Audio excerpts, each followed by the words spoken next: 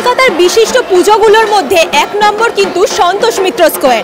এবছর অর্থাৎ 2024-এ সন্তোষ মিত্র স্কোয়ারের থিম এবার লাস ভেগাসের দ্য স্ফিয়ার। এবছর 2024-এ কিন্তু নিজের বাবার অর্থাৎ সজল ঘোষের পিতা স্বর্গীয় প্রদীপ ঘোষের দেহানাবসান ঘটেছে। তারপর এই পুজো একটু মন ভারী তো অবশ্যই, তার কিন্তু দায়িত্ব কর্তব্য বোধ থেকে কিন্তু তিনি পিছুপা হননি।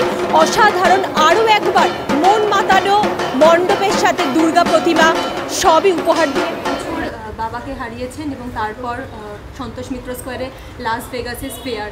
কি বলবেন, মনোবল কি করে? মনোবল না, দায়বদ্ধতা। বাবার জায়গাটা সত্যিই আজকে আরও বেশি করে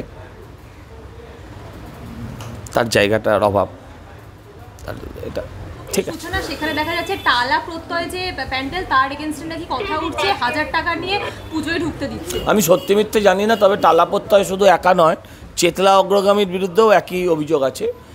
আমি ব্যবস্থাটা জানি না। তো দেখুন, এখন ব্যাপারটা হচ্ছে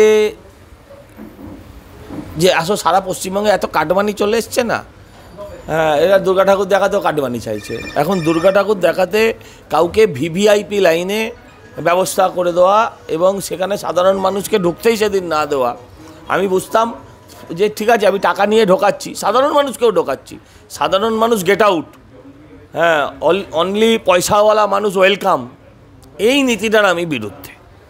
কেউ কেউ হতে পারে, আমি মানলাম চাঁদা তুলে পুজো করতে হয়, তো ভাই আমরাও চাঁদা তুলছি, আপনারাও চাঁদা তুলছেন, চাঁদা তোলার পদ্ধতি বিভিন্ন কারোর হতেই পারে, কিন্তু চাঁদা তোলার পদ্ধতি এরকম মানে এমন নয় যে সাধারণ মানুষকে তাড়িয়ে দিয়ে শুধুমাত্র একটা ভিভিআইপি টাইপ লোক বা পয়সা দেওয়া পেড ভিজিটারকে ঢুকতে দেওয়া, এটা বোধহয় বাঙালির কালচারে পড়ে না।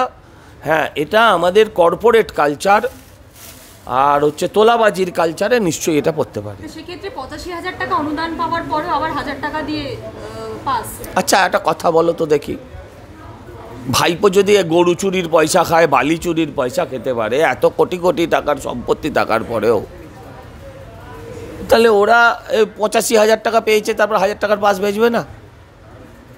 কিন্তু এরা সামগ্রিকভাবে পুরো পুজোকে কলুষিত করছে জিনিসটা। পুজোর মধ্যেও আরজিকরকে ভুলল না সন্তোষ মিত্র স্কোয়ার। স্লোগান উঠল, উই ওয়ান্ট জাস্টিস।